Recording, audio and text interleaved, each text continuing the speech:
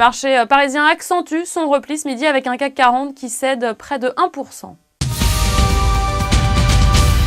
Les valeurs cycliques sont logiquement les premières victimes des craintes relatives à un ralentissement de l'activité chinoise. Vallourec cède plus de 3%, Michelin, Renault et Alstom près de 2%.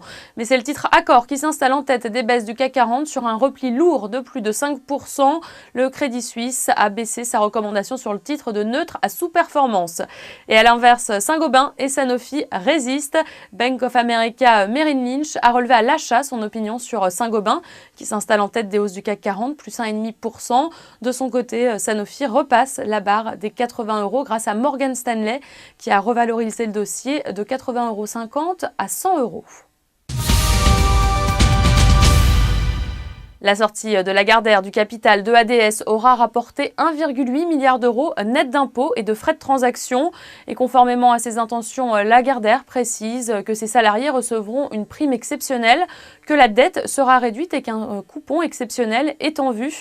Et concernant ce dividende, eh bien, son montant sera déterminé dans les prochaines semaines et devrait donc être annoncé avant l'Assemblée générale du 3 mai prochain.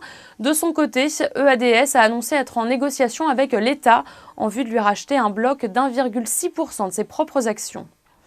Voilà, c'est la fin de ce flash. Vous avez rendez-vous à 18 h pour le point de clôture.